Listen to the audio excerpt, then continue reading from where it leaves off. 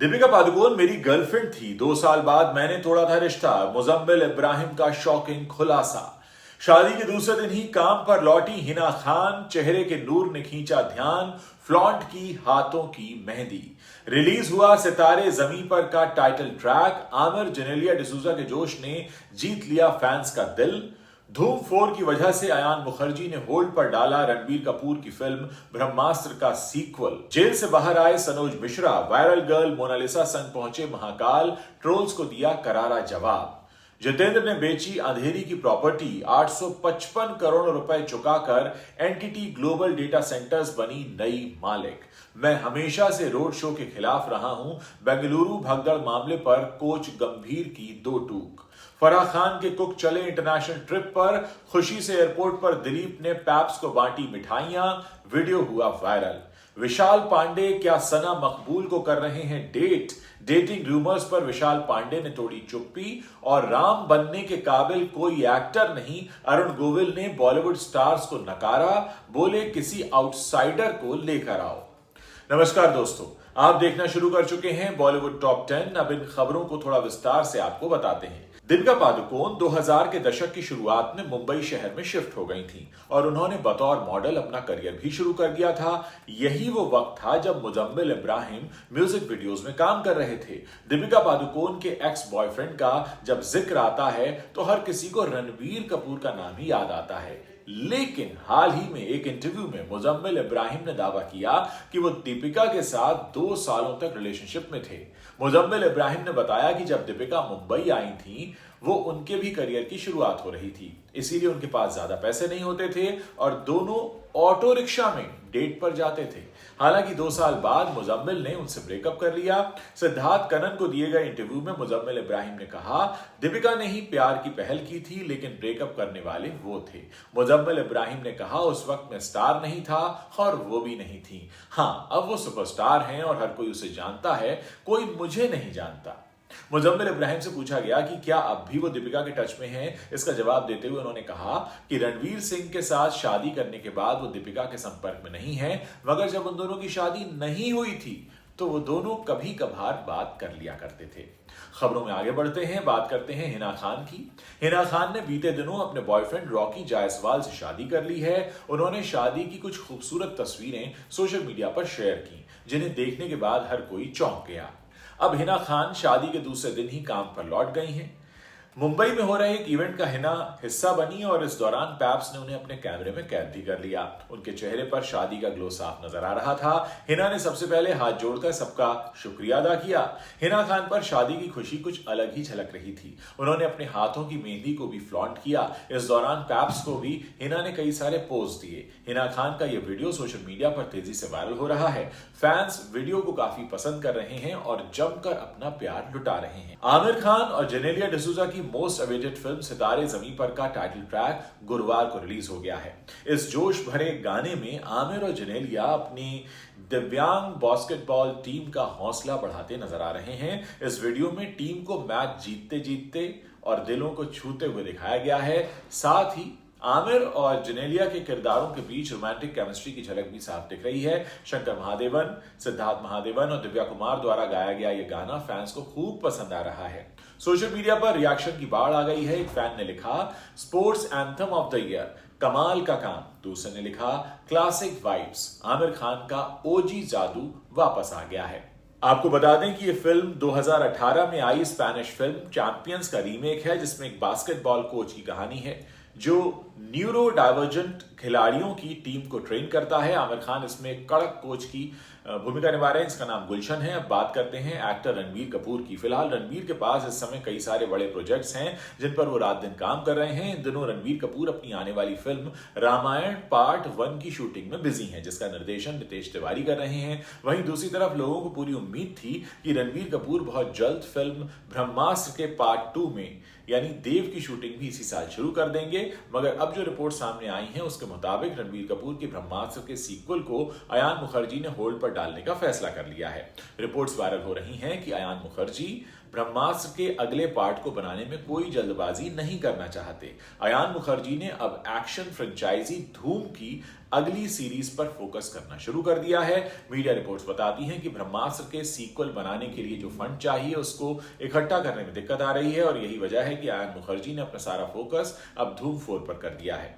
महाकुंभ 2025 में वायरल हुई मोनालिसा मुंबई पहुंच चुकी हैं। हालांकि मुंबई आने के बाद उनकी पॉपुलैरिटी कुछ ज्यादा नहीं बढ़ी है। इसके पीछे की वजह यह है कि पिछले काफी वक्त से उनको लॉन्च करने वाले डायरेक्टर सनोज मिश्रा उनके साथ नहीं थे क्योंकि वो जेल में सजा काट रहे थे। हालांकि अब सनोज मिश्रा को रिहा कर दिया गया है। सनोज मिश्रा ने जेल से बाहर आते ही ऐलान किया था कि वो धर्म बदल देंगे। इसी बीच सनोज मिश्रा को हाल ही में उज्जैन में महाकाल के दरबार में स्पॉट किया गया। इस दौरान सनोज मिश्रा के साथ मोनालिसा भी दिखाई दी। सनोज मिश्रा ने उज्जैन में कहा कि उन्हें झूठे केस में फंसाया गया था और वो सही हैं, इसलिए जेल से रिहा हो गए हैं। सनोज मिश्रा ने कहा कि वो जल्द ही अपनी फिल्म की शूटिंग भी शुरू कर देंगे। इस दौरान मोनालिसा भी सनोज मिश्रा के जेल से बाहर आने पर खुशी जाहिर करती दिखाई दी। सनोज मिश्रा ने खुद इस वीडियो को सोशल मीडिया पर शेयर किया है।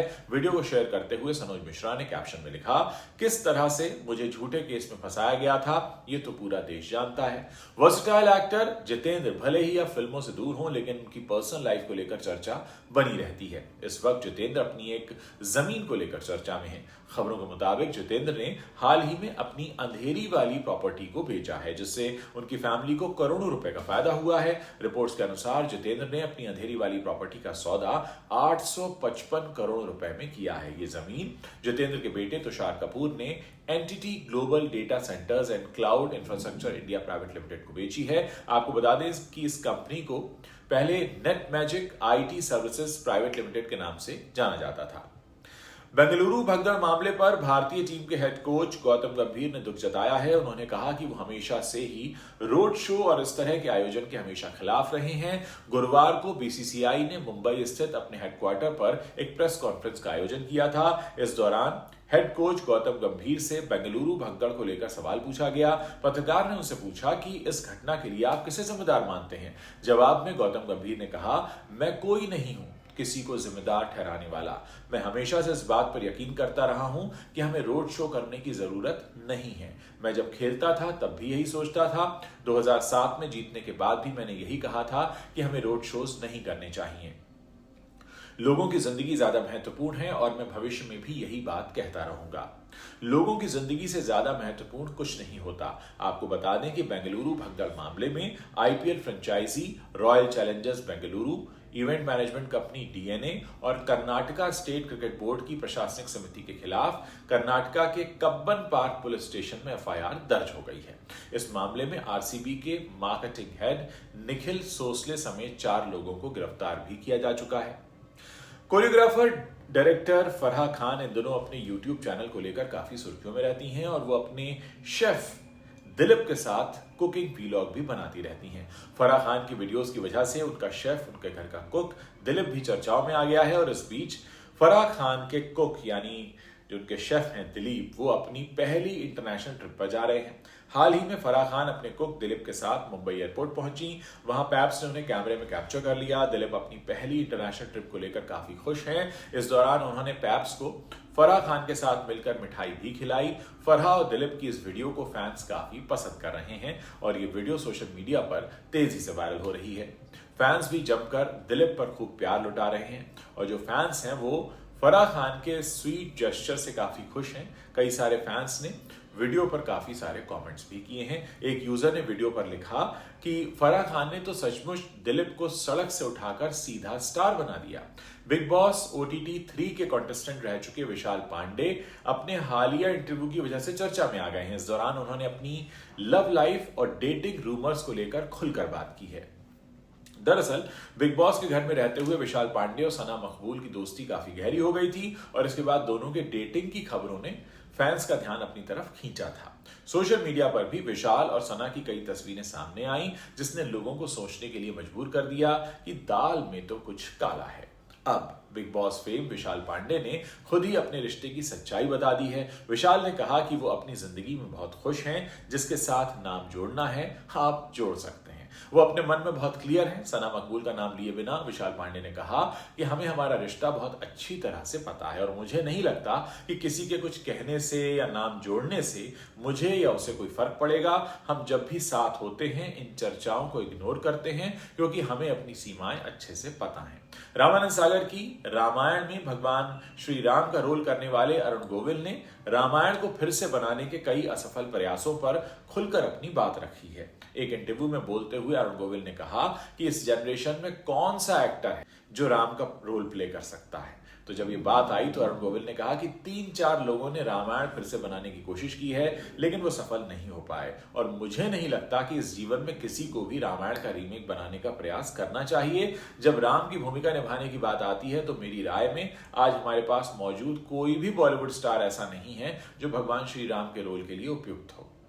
शायद इंडस्ट्री से बाहर का कोई सही ऑप्शन भले मिल जाए। आपको बता दें कि 1987 से 1988 तक 78 एपिसोड्स में भगवान श्री राम का किरदार निभाने वाले अरुण गोविल उस दौर के किसी महान कलाकार से कम नहीं थे जिसने रविवार की सुबह 9:30 बजे दूरदर्शन पर पूरे भारत को जोड़ दिया था। इस शो ने इतना प्रभाव छोड़ा कि आज दशकों बाद भी इसके जादू को फिर से बनाने की कई कोशिशें हुई हैं और जो सब की सब नाकाम रही हैं। दोस्तों, ये थी वो 10 बड़ी खबरें जो इस वक्त इंटरनेट पर छाई हुई हैं। अगर आपको वीडियो पसंद आया है तो इसे अपने दोस्तों के साथ शेयर करना मत भूलिएगा। और हाँ, जाने से पहले आप इस वीडियो के नीचे कमेंट करके जा सकते हैं, हमें सुझाव दे सकते हैं और हम उम्मीद करते हैं कि अब तक आप हमारे चैनल को सब्सक्राइब कर चुके होंगे क्योंकि हमारी और आपकी मुलाकात अब रोजाना होने लगी है।